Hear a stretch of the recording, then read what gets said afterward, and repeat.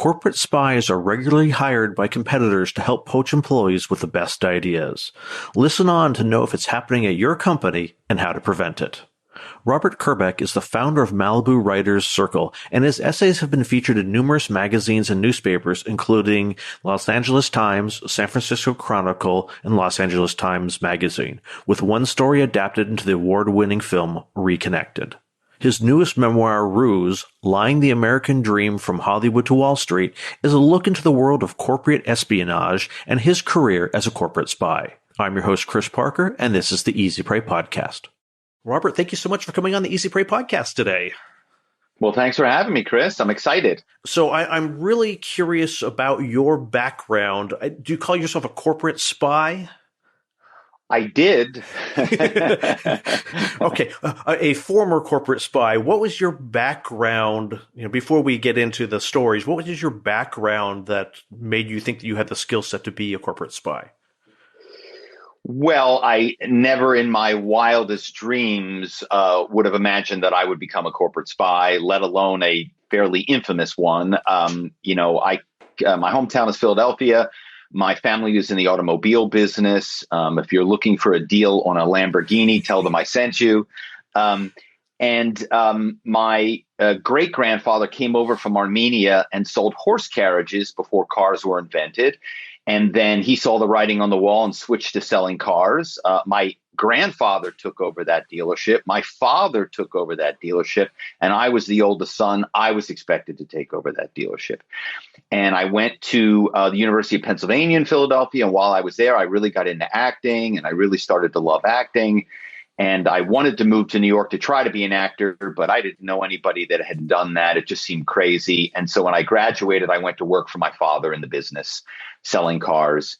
And I did that for about a year or so, and it just wasn't for me. Kind of the trickery of car sales, it just didn't feel right to me.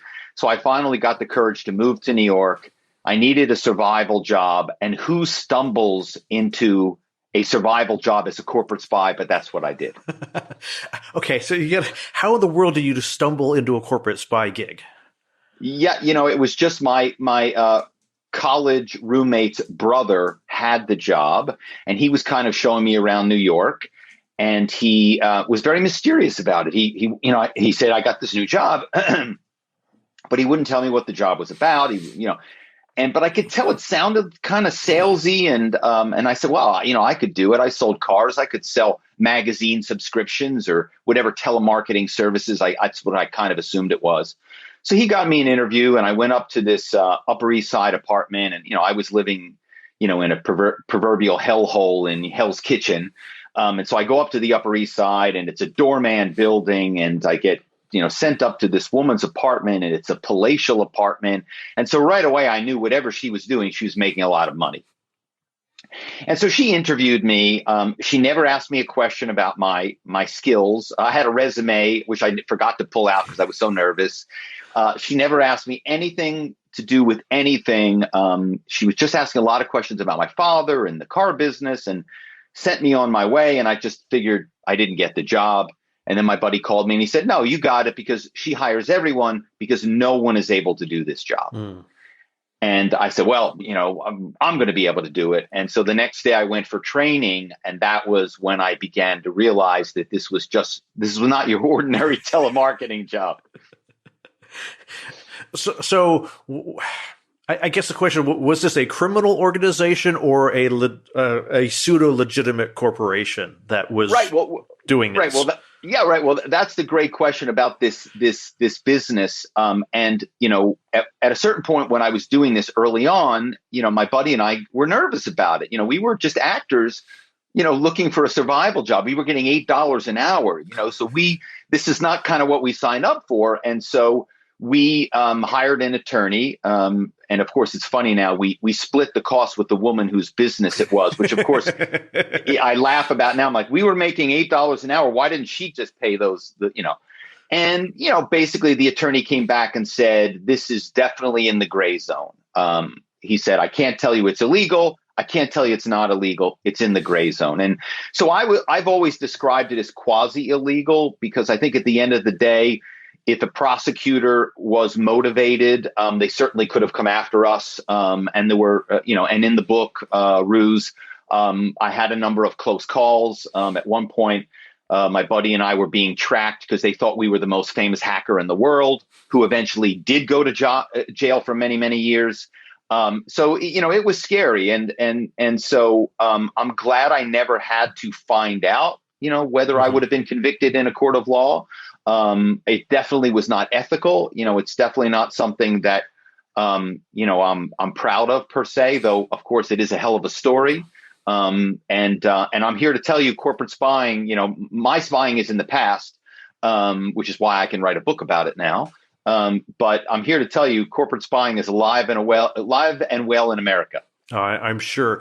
So were like the first gigs kind of very low rent, so to speak, just get employed at the company and learn about what's going on there, that sort of thing? Yeah, I mean, a lot of the stuff we were doing was over the phone. Mm-hmm. So what we would do is we would infiltrate a company pretending when we started out, our employees were sort of innocuous. And so we would be, we would have some sort of relationship with the company we were calling, and we were trying to get information out of them. And as time went on, we began to realize that those employees, they just weren't that effective. Mm-hmm. Maybe you'd get some of the information, part of the information, but we really were being tasked with getting all of the information that these clients wanted on their competitors. Think about the playbook. If you could get the playbook, on your rival team, the day before the big game, 2 days before the big game, how valuable would that information be, right? And that's what we were tasked with finding out. And so we were, doing these telephone ploys. And then as time went on, the ploys got more and more sophisticated. And eventually we were portraying ourselves as employees of the company, and then eventually as well-known individuals within the companies. Mm-hmm. Because, again, this was over the phone. So unless someone really knew someone, really could recognize someone's voice, and, of course, we were actors, so we could actually imitate and mimic major executives that were talking heads on TV. We could mimic and sound like them so that people would go, oh, my God, I can't believe I have the CEO on the phone. Well, you don't have the CEO on the phone, right? And now you've given us all this information because you thought you had the CEO on the phone. Gotcha. So it wasn't, hi, I'm Robert, down in accounting. Can you tell me something about, I need this for a client work. You're saying I'm eventually trying to pretend to be the CFO or even the CEO?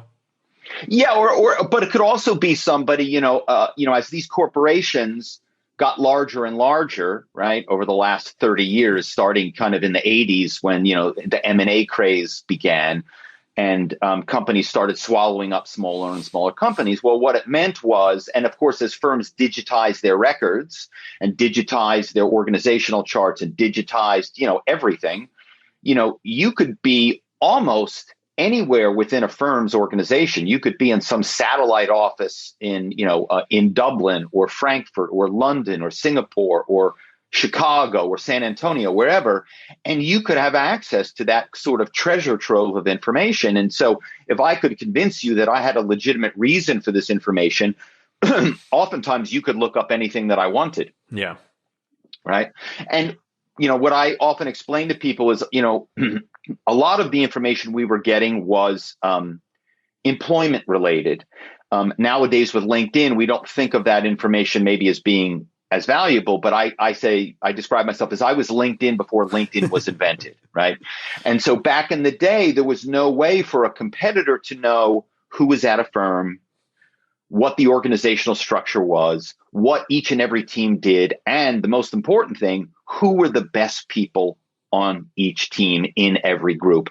And one thing that your listeners might not know is almost every corporation ranks their employees. They have metrics that they use to rank those people.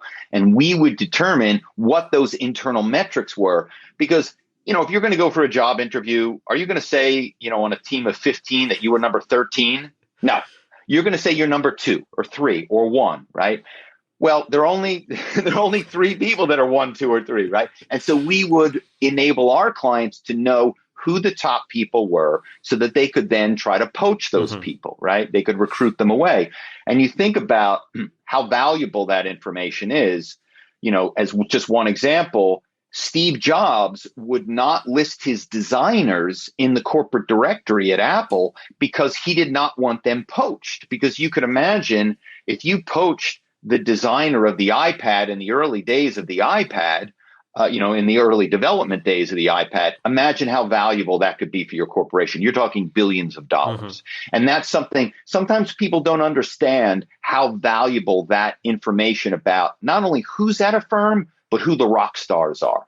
Did you find it crazy now that information it's just so publicly available through platforms like LinkedIn? You're like, oh my gosh, this is a poacher or a poacher's dream platform. Yes.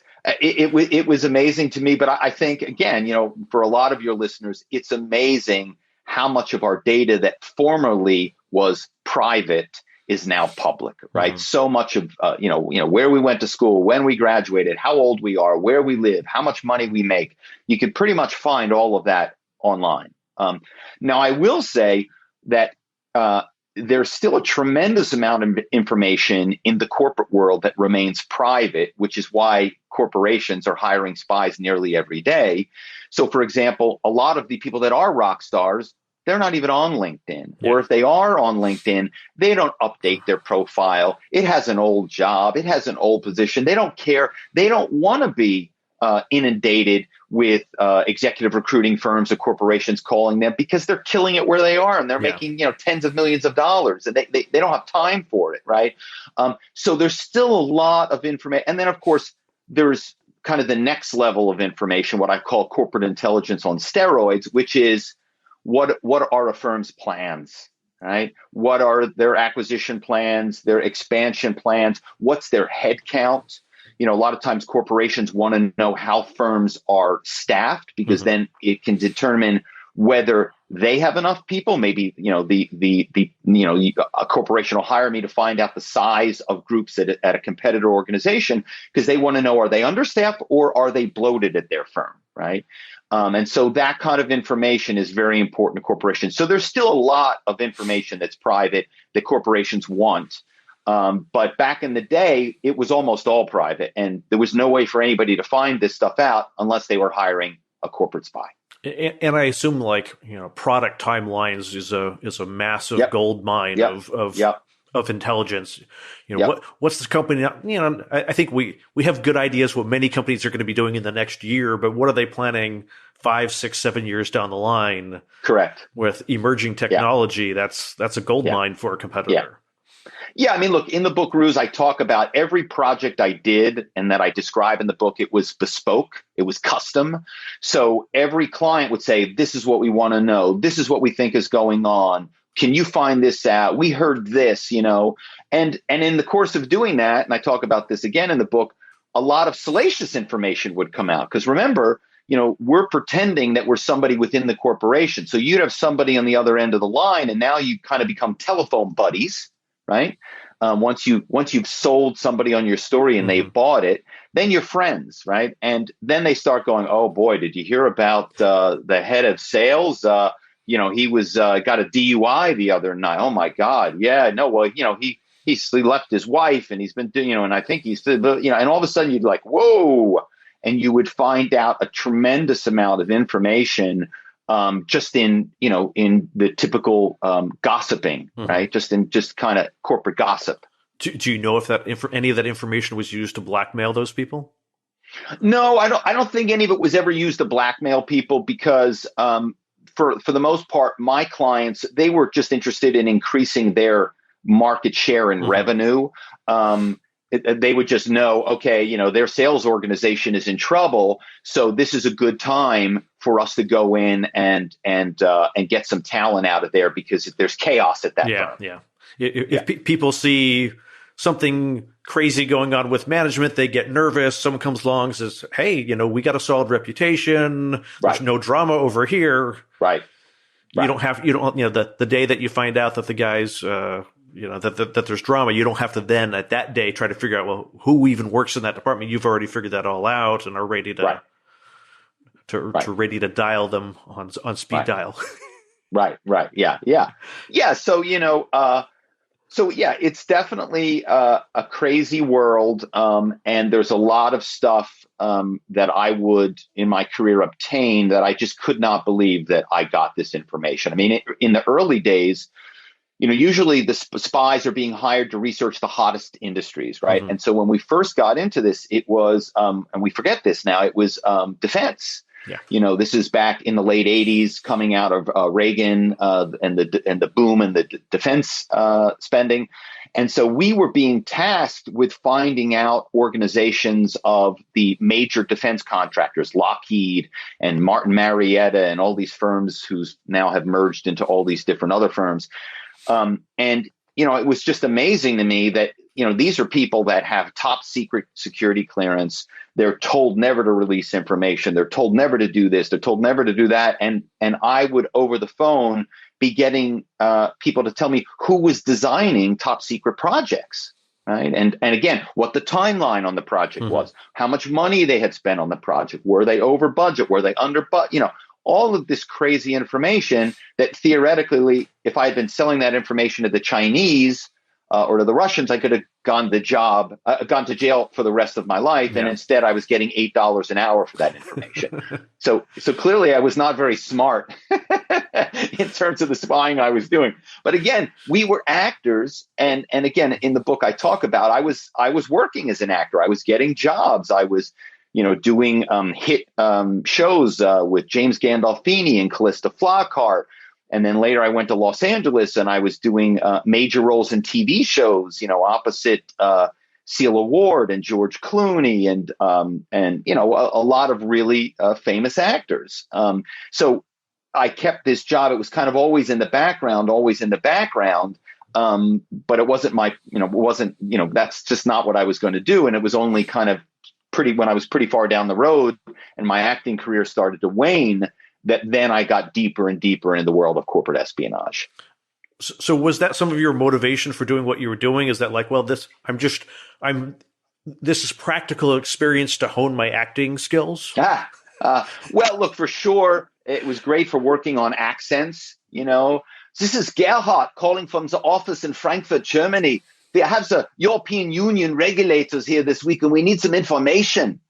Well, who's going to believe that someone is putting on a fake accent, right? And that was one of the things about these ruses. The more outlandish they were, and a lot of your listeners probably know this from phishing scams, sometimes the more outlandish something is, the more believable in a strange way it becomes. And that was something that we counted on, is that, oh my gosh, this executive in Germany in our Frankfurt office is in trouble. And he's over in Brussels and he's meeting with the regulators and everybody's there. And oh my God, well, what do you need, Gerhard? Sure. Happy to help you, buddy. Because people want to be a good corporate teammate, and that's something I've been doing some cybercrime podcasts. And I talk about, maybe don't be such a good corporate teammate. You know what I mean? Maybe you've got to do your due diligence before you're giving information away without really being sure who you're talking to. So let's take that side road here for a minute. Yeah. So you're talking about, what were some of the techniques that you used to kind of gain confidence? Obviously, you're pretending to be someone and leveraging. I heard you're in a meeting. I got to get this information. Leveraging urgency, leveraging the teamwork. What were some of the other kind of ways that you leveraged people?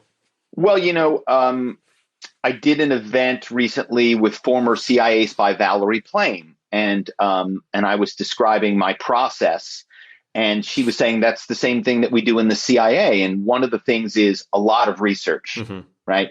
So, it's not just me picking up the phone and because if I were doing that, you would be getting what we used to call busted. Somebody would go, no, I don't buy this. You're not who you say you are. And then they would spread the word in the corporation and the word would get out. They'd send an email, whatever they would do. And so then it would get, exponentially harder to get information. So it was really important that we spent a lot of time doing research on the firm so that we could really target the absolute best approach and ploy on that particular day at that particular company. And so much of that depended on what was going on in the world that day, what was going on with the company that day, what was going on with their stock price that day, what was going on with the sports teams in that city where the company was headquartered that day, right? Oh my God, did you see LeBron last night? If you're calling Cleveland and he was playing for the Cavaliers, LeBron 52, was that on? Oh my gosh, it was so great. Wow, that was crazy. Did you see that shot? Oh my God,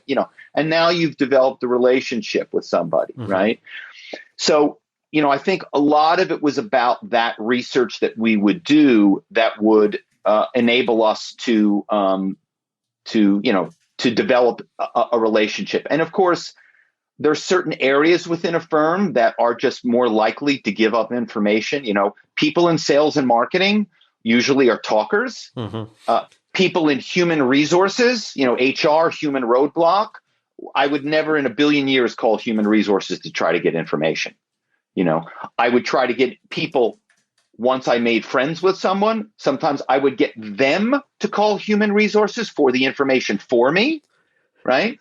But I knew directly the human resources, they're trained not to give this information out. But there's certain areas within a firm where people aren't following what is usually the company protocol. They're not doing it, and so they're easier to take advantage of. And again, that's something I talk about in Ruse.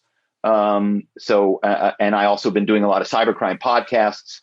Information security officers, compliance officers, they're very interested in how do I, because we talk about all this money that is spent on technology and preventing hacking, but the weakest part of the security system is almost always the human being. Yeah. It's the most manipulated, most malleable. Yes. Yeah. So what do you recommend in terms of when, let's say, employees gets a phone call and it's Dieter from Germany calling in, how is the employee supposed to verify? What should be the things in place for an employee to verify that information? I think you give Dieter whatever he wants. He needs information. It's very important. It's an emergency. Look, I think that people. It's interesting. It's a fascinating. It's really one of the things I found most fascinating about writing the book, because now I'm looking back on this career, which obviously I haven't been spying for a long time, but looking back on it, it's the power in corporations of not wanting to kind of stick out in a bad way, right? There's kind of a what is the word? It's follow the crowd, kind of do as you're told, be a good corporate teammate, right? All of these things that enable toxic cultures, right? I've been watching the program, I think it's Showtime, Super Pumped, about Uber, right?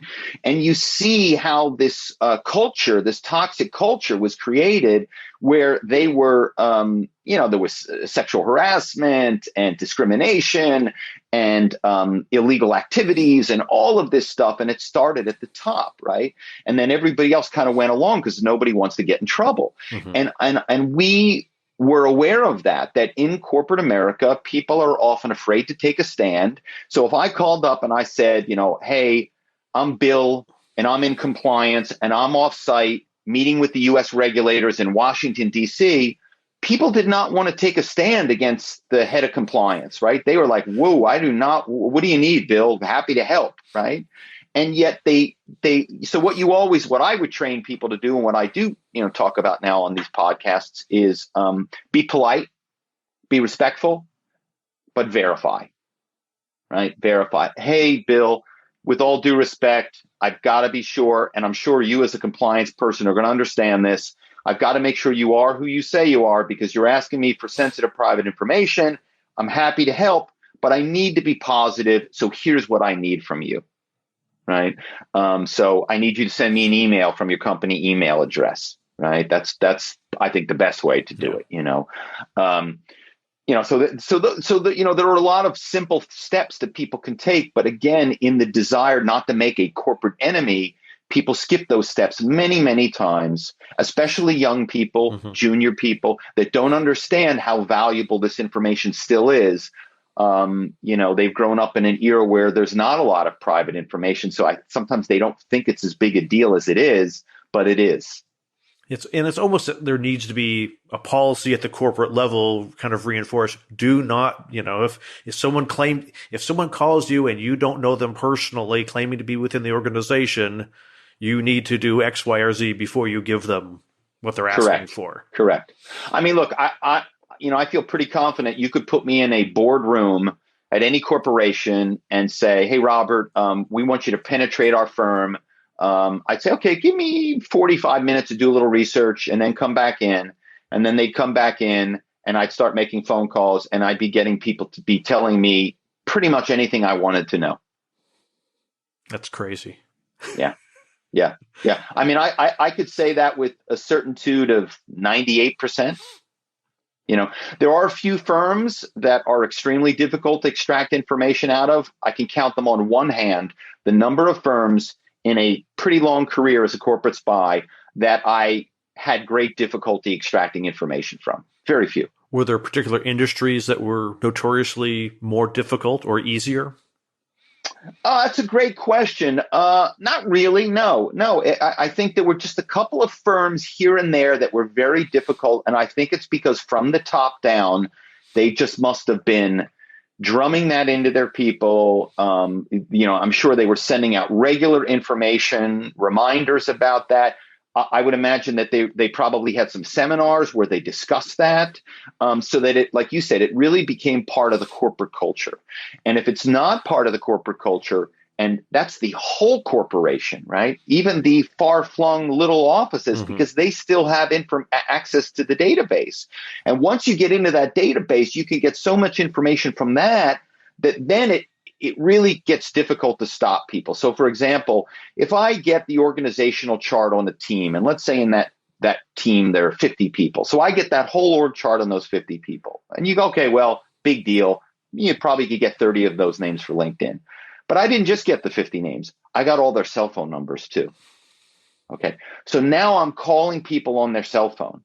Now, I know cell phones are easier to get today than maybe they were 5 years ago or 10 years ago. But still, if I'm calling you on your cell phone, it's much more likely you're going to believe that I'm an internal person. You know what I mean? And by the way, if I know the cell phone number of your boss, and if I know the cell phone number of your boss's boss, and I read those off, you say, hey, I wouldn't be telling you who I am if I wasn't. And let me prove it to you. Your boss's number is this. Your boss's number is, oh my God, wow, you really have a lot of information. Oh, okay, sure. What do you need? You see how all of that information you got from these far-flung satellite offices now contributes to me being able to get a pretty high-level up executive to believe that, well, how could this person know all this if they didn't work for the company? Mm-hmm. Was there any particular story or company that you were able to get way more information from much easier than you ever expected? Well, that always happens. We'd have a firm that was just, kicking our butts, right? A major corporation, and we were just getting hammered there, and they weren't giving information. And right when we were about to give up, we were just like, you know what? I'm going to just call the client and say, look, it doesn't happen very often, once a year. But we just can't break it. We just can't get it. And it was almost invariably right about then that we would make one or two more phone calls and somebody would crack. And all of a sudden we go, oh my God, I cannot believe we were about to throw in the towel on this firm. And most times we got even more information than we had ever anticipated or even been asked for. Because again, the more time you're spending in a company, around the company, you're learning more and more about it. You're learning they're transitioning to a new software. You can use it.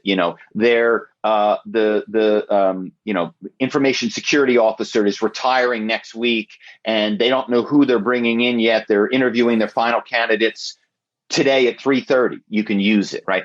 All of these things. The more time you spend trying to break a company, you're getting all of this information. Even if people aren't giving you what you want, they're little bits and pieces of information, and that's why individuals shouldn't be giving any information at all until they have verified who they're speaking with.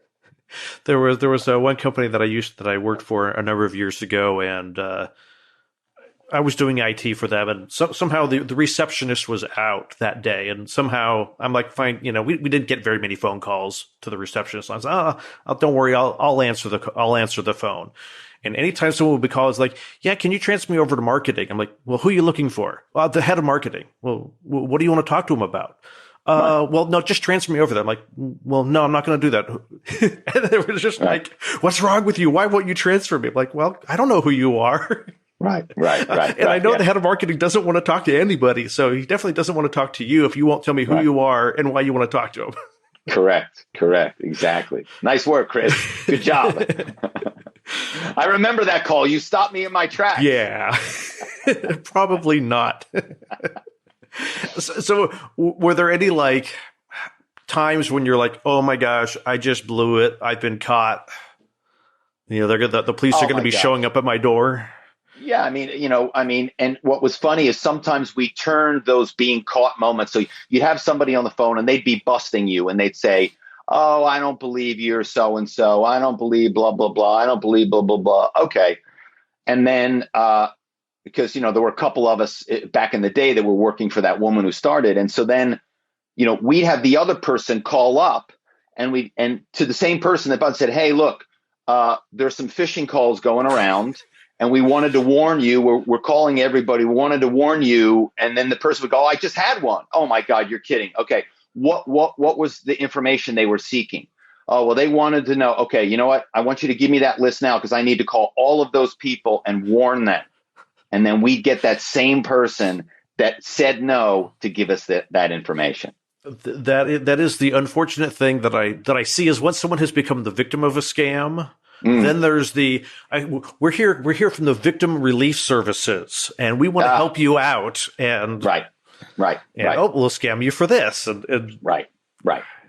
Now, look, and again, as I said from the beginning, I'm not proud of this career. But the thing that at least I always drew my proverbial line in the sand was that I never took the rusing into my personal life to use it for whatever I could there, because you could imagine the applications could be pretty significant. And then also in terms of the rusing that I did, we were never taking anybody's money or getting somebody's credit card or anything like that. We were, and the way we rationalized it, and that's what we were doing, is we were going, well, look, what we're really doing is helping people oftentimes get better jobs, right? Yeah. And we're part of the capitalist system, like it or not, for better or for worse. And when I was watching the Uber show last night and I saw at the end of the program, it was talking about how many billions of dollars all of those people made. It definitely made me go, you know what I did was not so bad after all, right? I mean, here are people working at this toxic company and they're all doing all these illegal shenanigans. Nobody went to jail. And forget about jail. They all made billions of dollars. Yeah. I mean, anyway. So what made you to decide to leave the quote unquote industry? I got to a point, and again, I talk about this in the book, that when the crash of 2008 came, all business kind of stopped on a dime, right? Corporate America, was, devastated. People weren't hiring. People were being laid off, en masse.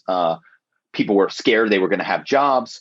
And so there was no corporate spying anymore. The business, there was no money. And so all of a sudden I was like, oh my God, I need a job. And I took a job in corporate America, and I went to work for a major executive recruiting firm, going in and meeting with the CEOs of some of the largest firms in the world, presenting my, extracted, AKA stolen data. And so I'm here to tell you that the CEOs of the largest corporations in America are well aware of corporate spying. Now, of course, they would all deny it, because usually what they're getting this information from is some sort of intermediary or third party, so they have plausible deniability. Yeah. We just hired a recruiting firm to find people for us. We didn't authorize that. We had no idea. And by the way, I mean, that's what the recruiting firms specialize in, is getting that kind of information, or hiring a spy like me or someone else to get that information for them, which then they put their name on a PowerPoint document, proprietary intelligence obtained by, and then they present it to the CEO of these huge, oftentimes major financial institutions, Wall Street firms. But anyway, so I'm working for this major executive recruiting firm, and this is all in Ruse. And what I found, much to my chagrin, was that the lying done on Wall Street, face to face, was seemingly far worse than the lying that I was doing over the phone. It was really shocking to me. Someone would lie to me. I would know they were lying to me. They knew that I knew that they were lying to me, and nobody cared, right? It was almost like the best liar wins. And that was amazing to me. And your listeners will be glad to know that while in the book, I was rusing people, when I went to work in corporate America, eventually I was the one that got rused. I was the one that was duped. I was the one that was taken advantage of. So there's a nice comeuppance that I get in Ruse. Now, were you taken advantage by someone who was a corporate spy, or just within the organization? Just within the organization and the politics that went on. If somebody told me something, I believe them. If they said that they thought I did a good job on this, I believe them. If they thought that they wanted me to work on this thing, whatever it was, that I went, okay, great. Oh, it's going great. And meanwhile, there was all of this back channel politics, everybody stabbing everybody in the back. I mean, it was so cutthroat. I just couldn't believe it. It just didn't make any sense to me that this kind of behavior would go on. Now, of course, again, watching the show, the Uber show the other night, that's the kind of world, and that's the world that I was part of the Wall Street version, as opposed to the Uber is Silicon Valley. But it's the same thing where people are stabbing each other in the back. People are saying terrible things about each other. And then, you're sitting, your desk is right next to them and you're smiling away. Right. So it was really, it was a real eye opener. I imagine. Did any of your rusing take place in person, or was it all over the phone and email and things like that? For the most part, we kept it. I kept it to over the phone, because I knew if I crossed that line and I went somewhere, and now was creating a fictitious person, man, that was going to be hard to kind of keep all those balls in the air. I'm not going to say I never did it, but I will say that it's going to be in the Ruse TV series. Some of those stories are going to be in the Ruse TV series. And I imagine it's a lot more. It's one thing to do this over the phone. It's a lot more complicated in person. Oh, and nerve-wracking. Yeah. Nerve-wracking. Yeah. I mean, it was intense. It was definitely intense going out to major corporations, major corporate events as someone else that did not exist. And for a purpose to get information, to see who was at a place, to see who, all the things that who's sitting, who are they sitting with? We need to know, because if there's a merger going on and they're sitting with this person, that means there's something going on, right? Yeah. And so things like that. So, keep an eye out for the Ruse TV series. When you're on the phone, you could be sweating and shaking and no one will notice. That's right. That's exactly right. Yeah. And look, at the end of the day, if you get really nervous, you can hang up and move on to another call. Now, I never did that, because I would just hang in, because it would be amazing. Somebody would be, no way, never going to give it to you. And you would hang on. And all of a sudden, they might not give you everything that you wanted, but they'd give you some clue that would enable you to get around that roadblock. And that's the whole trick of social engineering. It's just getting little bits and pieces that you can parlay into more. That's right. Exactly. That's right. Exactly. So where can people find out more about the book, and what's the complete title so they can get it on Amazon? Yeah, sure. So the complete title is Ruse, Lying the American Dream from Hollywood to Wall Street. And I think the best way to learn more is to go to my website, www.robertkerbeck.com, Kerbeck, Kerbeck. And there's a lot of information on there. Some of the reviews. The New York Post just wrote a wonderful piece. Shondaland, the creator of Inventing Anna, just did a great piece, which is how the TV series came about. And then Frank Abagnale, who wrote Catch Me If You Can, he gave me a wonderful blurb. Former CIA spy Valerie Plame gave me a wonderful blurb. So you can kind of see all that stuff on there. And then, of course, you can order the book from wherever you want to order it from, your local bookstore, which is what I always recommend, because if we don't support our local bookstores, they're not going to be there anymore. Or, the big places too. So robertkerbeck.com is the best place. And can people find you on social media? Yeah, they can find me on Instagram at Robert Kerbeck, Twitter, Robert Kerbeck, Facebook, LinkedIn. And I always like to talk to people. So, for your listeners, reach out, especially if you have questions or comments after the book. I always enjoy hearing what people, think and have to say. Awesome. Robert, thank you so much for coming on the Easy Prey podcast today. Oh, thanks for having me, Chris. It was really fun. Thank you for listening to this episode of the Easy Prey podcast. If you found something in this episode fun, leave a review at easyprey.com/review. Notes and a transcript of this episode with Roger Kerbeck can be found at easyprey.com/120.